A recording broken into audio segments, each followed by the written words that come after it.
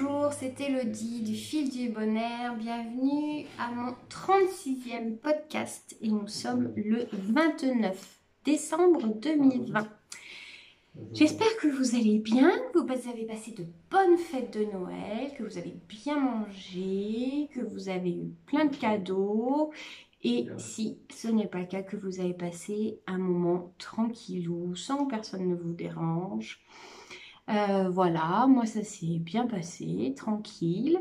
La semaine est passée en fait assez vite, ma foi, je me rends compte. On a déjà notre petit rendez-vous de la semaine.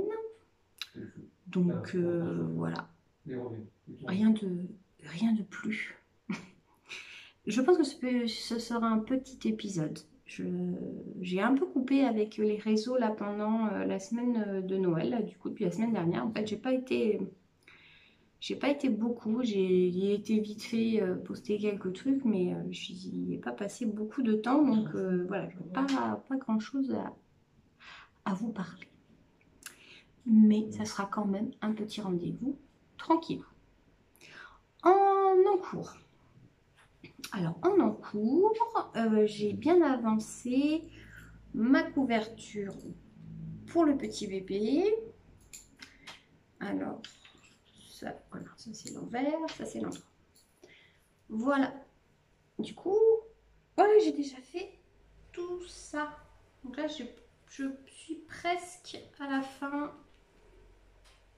Ah non, en fait, pas du tout. Je pensais que j'étais presque à la fin. Non, en fait, il me reste tout ça encore. Donc non, en fait, je ne suis pas à la fin. J'ai encore beaucoup. Et je me pose la question si, en fait, je vais avoir besoin du troisième écheveau ou pas, en fait. Il faudra que je mesure, mais comme après, je vais la bloquer, je ne sais pas trop. Il faudra que je vois quand j'aurai fini ma pelote, mais mon écheveau. Mais du coup, franchement, je pensais déjà être... je m'étais repérée à peu près quand j'avais fini le premier écheveau. Donc je pensais qu'il me restait plus grand chose, mais non, en fait il me reste encore pas mal de fils. Bon ben voilà, on verra ce que ça donne. Mais voilà, le résultat est toujours joli. Et ce point, franchement, c'est une tuerie. Hein. Vraiment, je le trouve vraiment très beau. Il est pourtant tout simple. Hein. C'est des mailles ensemble et des jetés mailles en l'air. Mais alors, je trouve que c'est un effet complètement fou. Et par contre, à chaque fois, c'est ce que je me pose comme question, c'est toujours un doute pour moi, c'est la taille que doit avoir la couverture pour un petit bébé.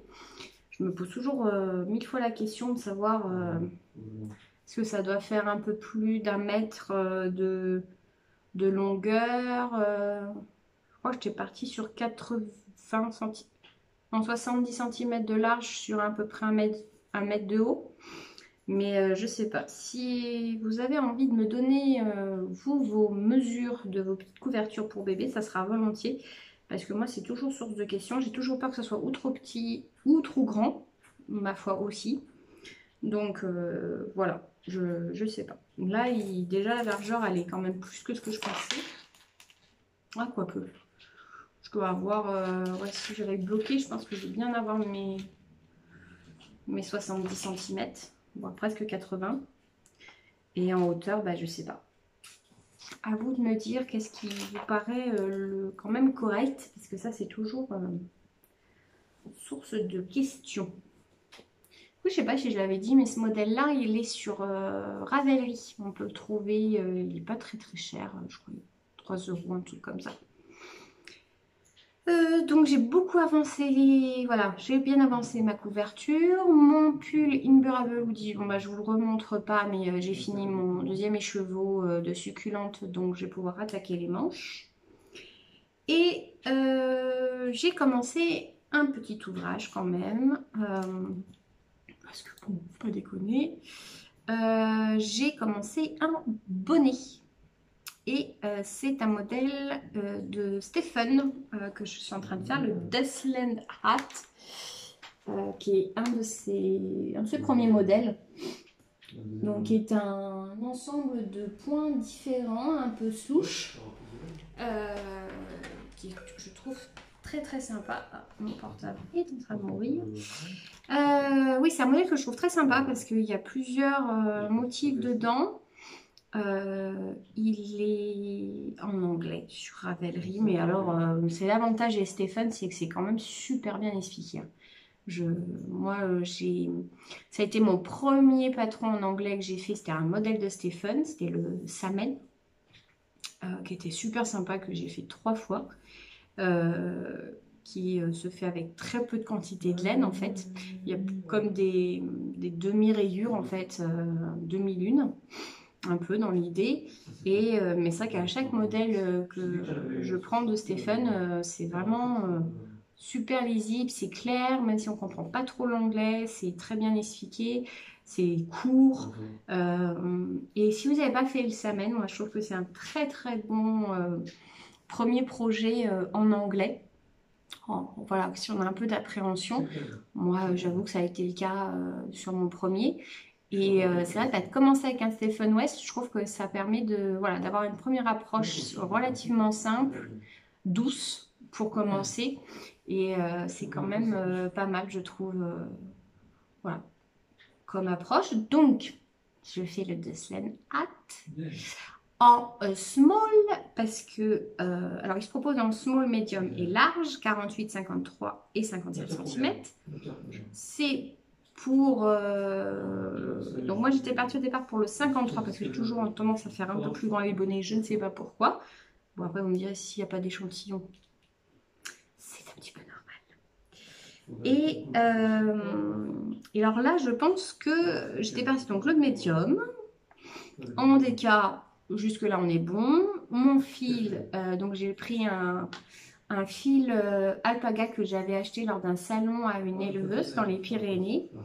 Et il était blanc et gris. Et donc je l'ai teint en vert. Et je trouvais ça sympa parce que du coup, entre le blé cru et le gris, ça n'a pas pris la même façon la teinture, hein, ce qui est normal. Ce qui fait du coup un vert nuancé. Et je trouvais ça super sympa le rendu. Puis alors c'est rigolo parce qu'en le tricotant, il y a un des deux brins, parce que c'est juste un deux brins, qui a un peu plus attrapé le bleu de la teinture. Alors c'est rigolo, ça fait des toutes petites piques bleues, c'est rigolo. Je trouve ça super drôle.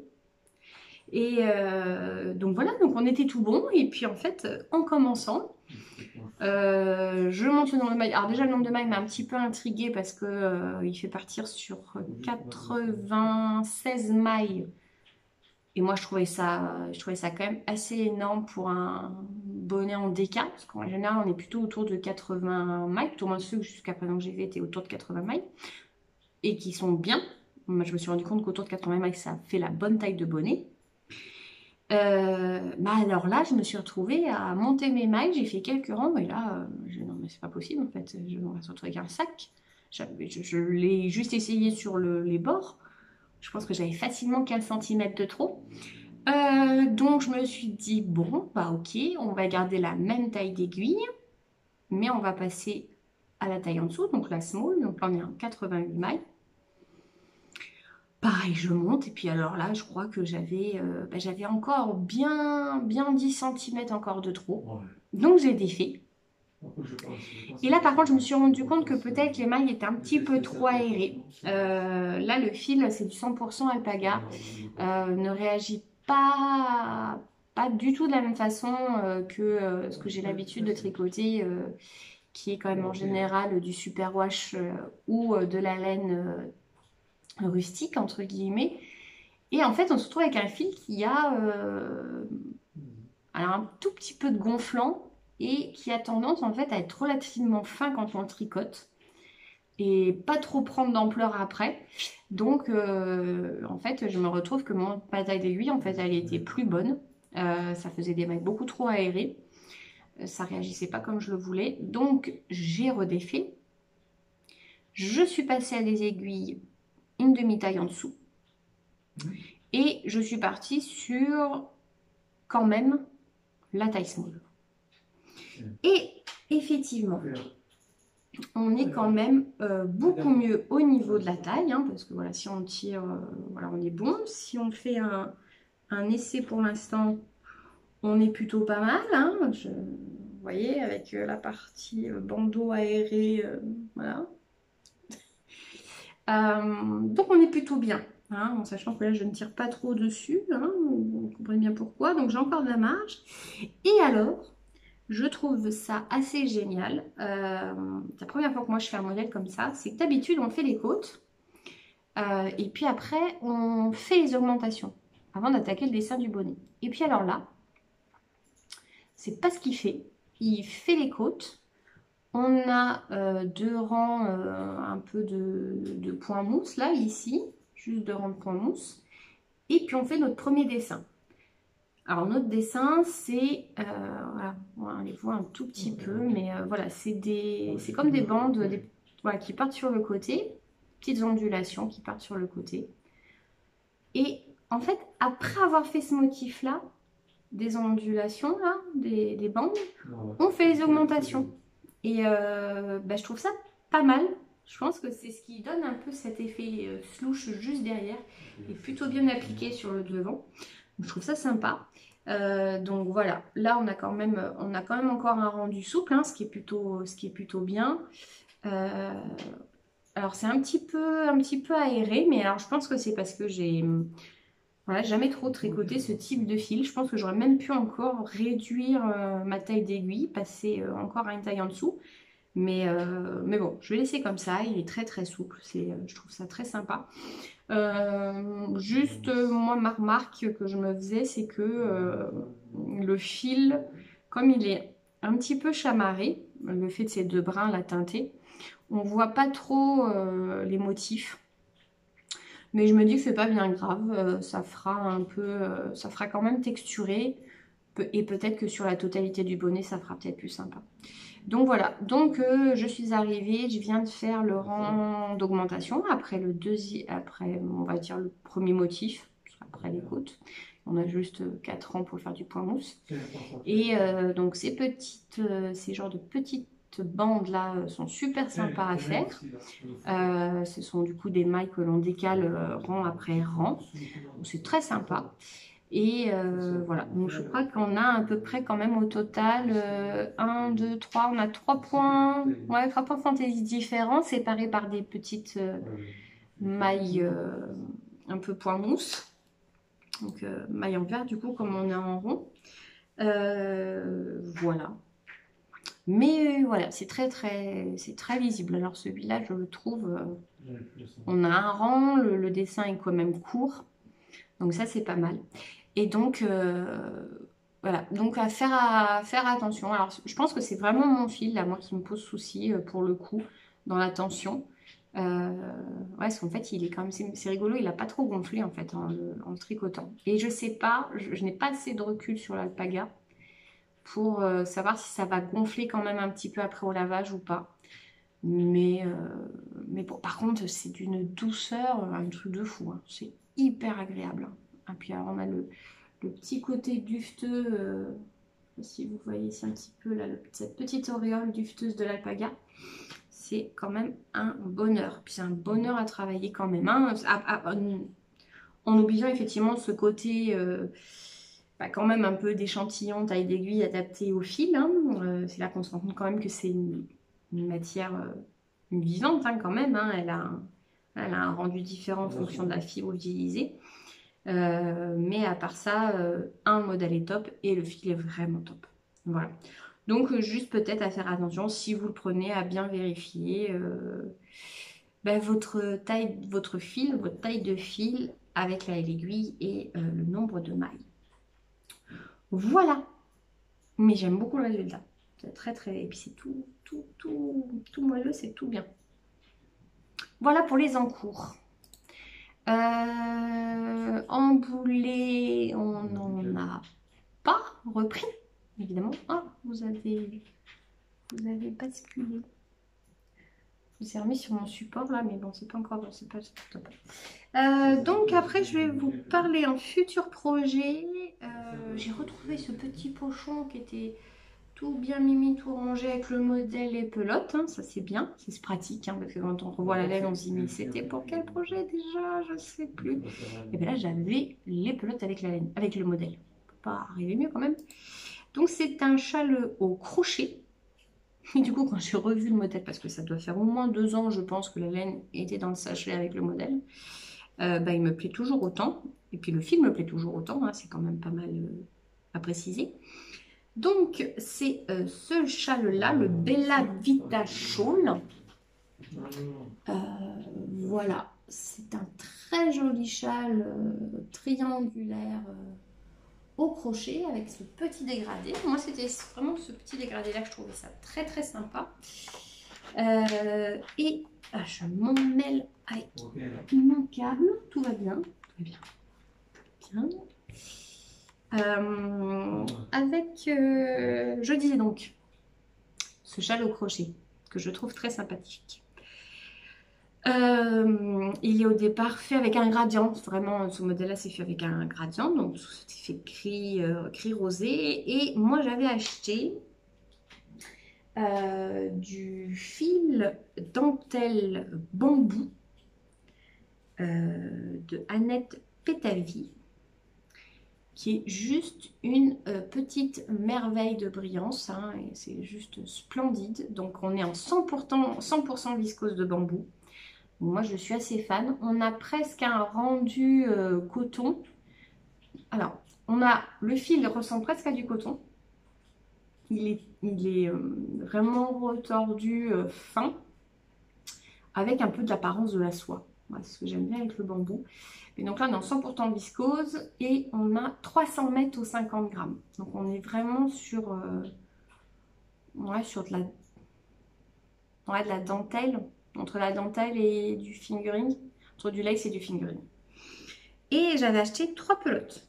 Donc ça me fait quand même 900 mètres de fil. Donc c'est ce qui a priori préconisé pour le châle, entre 900 et 1000 mètres.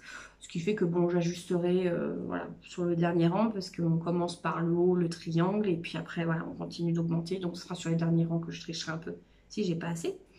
Et donc j'avais acheté ces 3 coloris-là. Donc là on ne le voit pas trop, mais c'est un bleu, ça fait pas trop bleu, c'est vraiment bleu. Donc un bleu clair et un rose beige. Je vais le faire comme ça dans mon dégradé, partir sur le bleu foncé et puis tirer sur le bleu clair et sur le rose. Donc je pense que ça va faire très très sympa, ça va être très joli. Et du coup, j'ai hâte, là, quand je l'ai retrouvé, je me suis rappelé, moi, ce que je m'étais dit dans ma tête à ce moment-là, que ça allait être quand même très, très agréable à crocheter. Il se crochette un petit peu en déjaugé. Ouais, parce qu'on se crochette en 3,5, donc, ouais, non, 3,5. Non, un peu, ouais, non, 3, normal, quoi. Mais moi je pense que je crochetterai peut-être un petit peu déjaugé, pas trop serré pour vraiment donner de la souplesse et côté aérien léger pour le châle. Donc voilà, trop contente d'avoir retrouvé ces petites pelotes de bambou. Et donc le modèle il est à 3 € sur Ravelry. Et puis autrement, si on va sur le site web de la créatrice, donc Wilma Westenberg, le modèle est gratuit. C'est comme ça que du coup je l'avais récupéré. Je l'avais imprimé.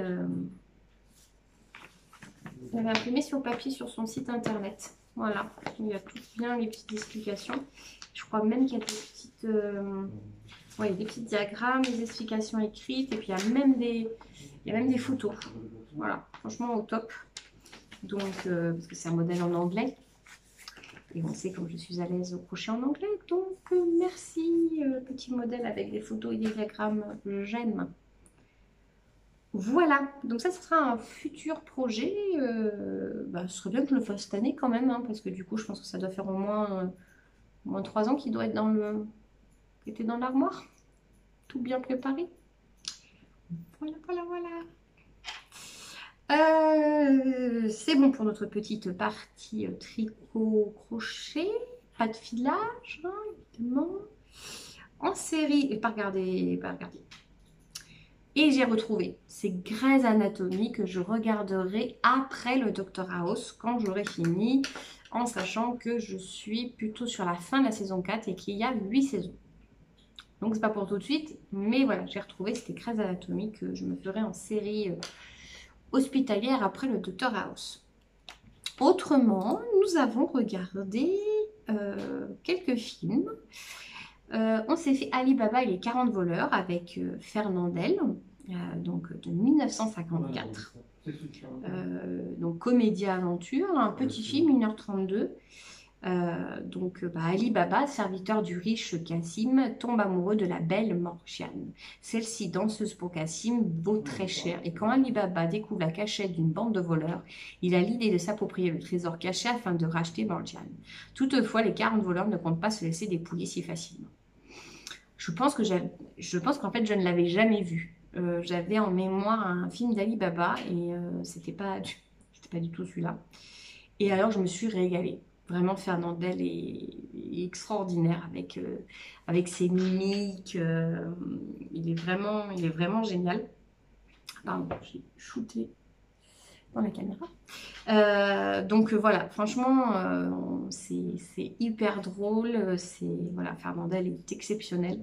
Donc, j'ai passé un très très bon moment avec ce film. C'était très très sympa. Alors moi, je fait partie de mes films préférés de Jerry Lewis et je l'ai fait découvrir à mon homme. C'est Le Tombeur de ces dames, le Ladies Man, avec Jerry Lewis.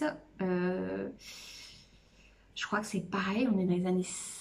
Ah, ouais, on est 61. Je voyais pas la bonne date.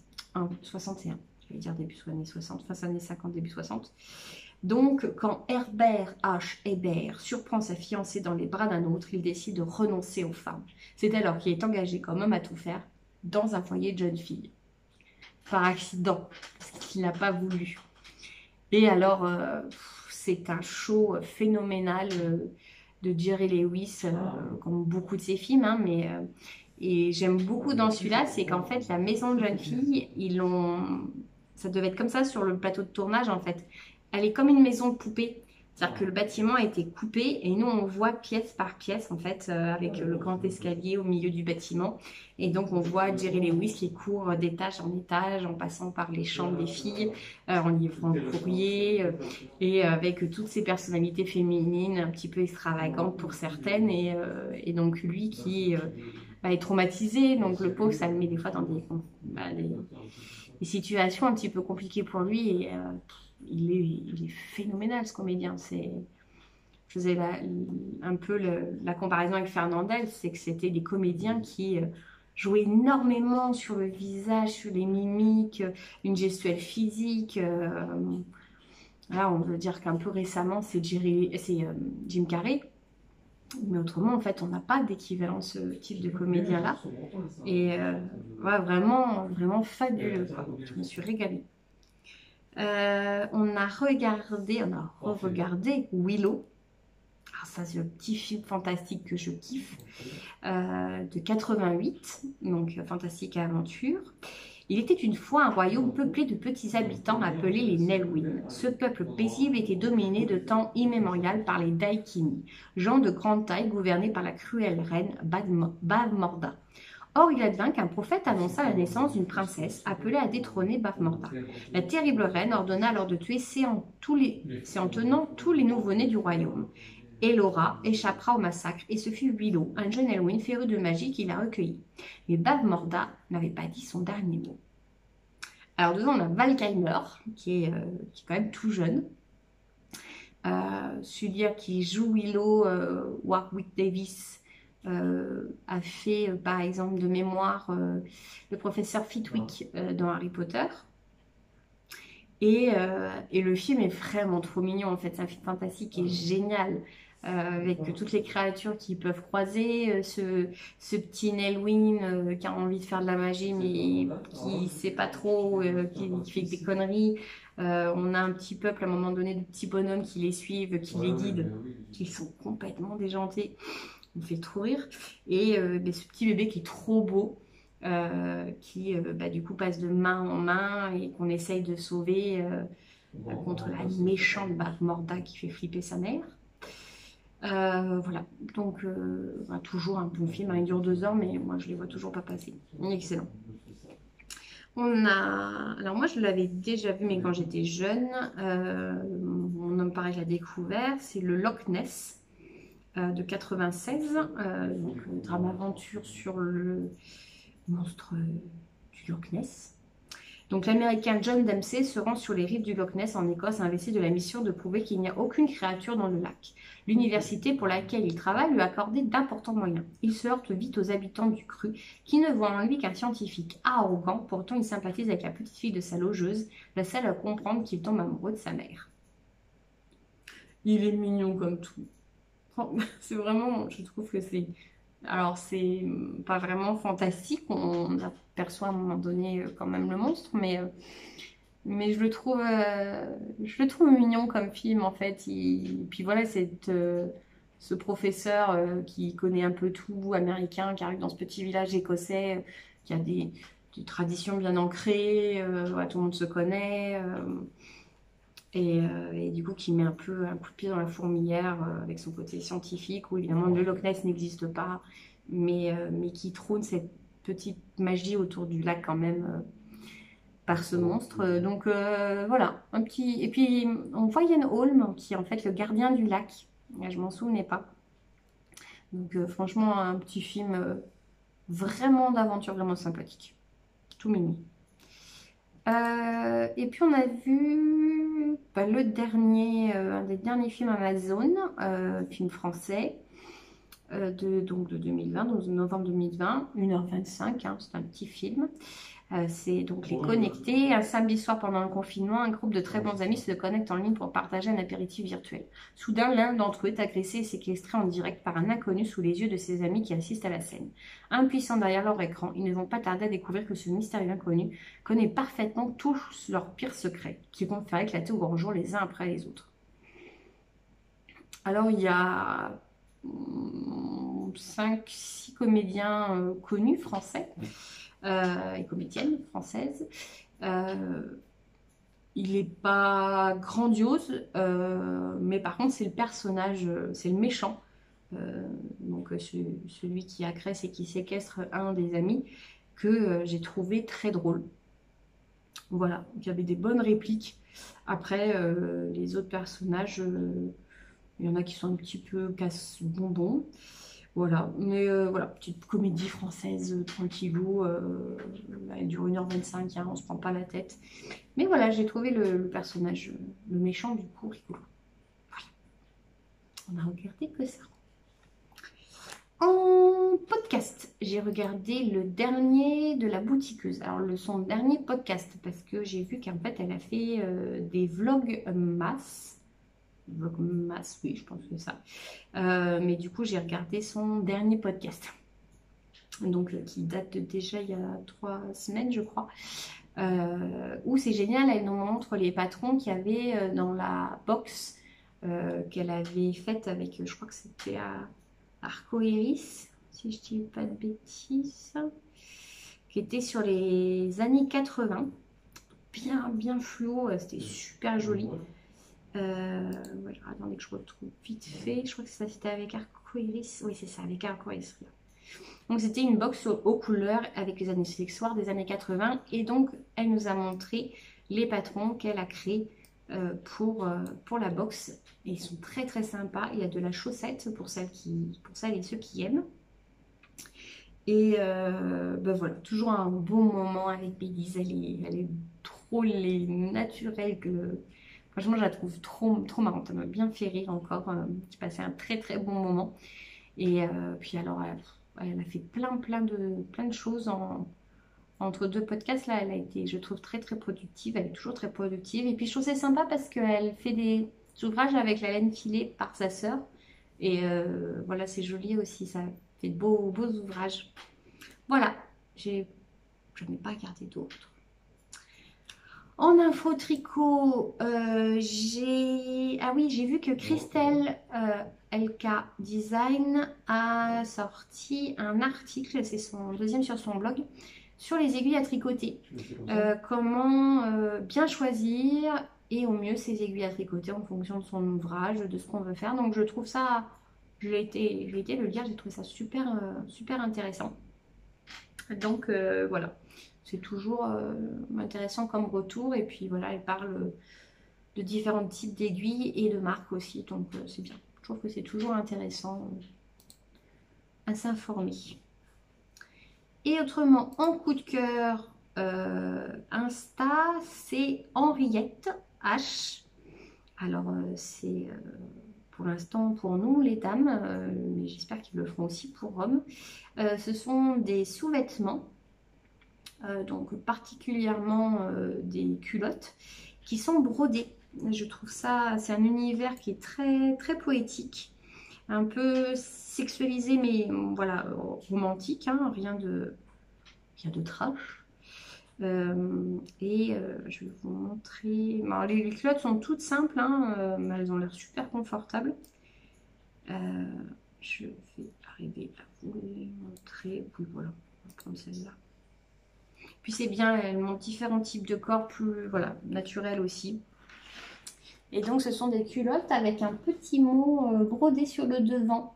Je trouve ça super mignon. Puis les formes, les culottes, je les trouve jolies comme tout. Donc voilà, des culottes voilà, pour des formes naturelles. Et j'aime bien l'idée du petit mot brodé sur la culotte. Je trouve ça mignon. Voilà, c'est mon coup de cœur Insta. Et puis voilà, on arrive au moment point entreprise. Point entreprise, donc les promos sur ma boutique Etsy sont jusqu'au 31, donc jusqu'à jeudi minuit. Et la box d'hiver des tricots de la petite sorcière est en vente jusqu'au 4 janvier, donc jusqu'à lundi. Et puis autrement, ça sera après, ça sera fini. Voilà. Et puis, si vous avez des commandes, si vous souhaitez passer commande, il n'y a pas de souci. Hein. Vous savez que vous pouvez m'envoyer un petit message sur les différents réseaux sociaux. J'y répondrai avec plaisir. Ben voilà. J'espère que vous avez passé un bon moment en ma compagnie. Et puis donc, on va finir 2020. On va attaquer 2021. J'espère que ce sera une bonne année, une belle année. Finissez bien cette fin d'année 2020, hein, ces derniers jours là, qu'on dise au revoir à cette année complètement chelou.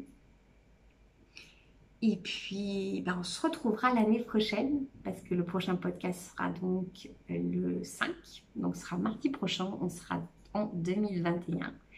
Et comme ça je vous souhaiterai mes vœux. Mais d'ici là, passez un bon boudin, comme on dit. Amusez-vous bien, prenez soin de vous, prenez soin de vos proches, faites-vous du bien, c'est important. Et puis je vous dis à la semaine prochaine. Bye bye!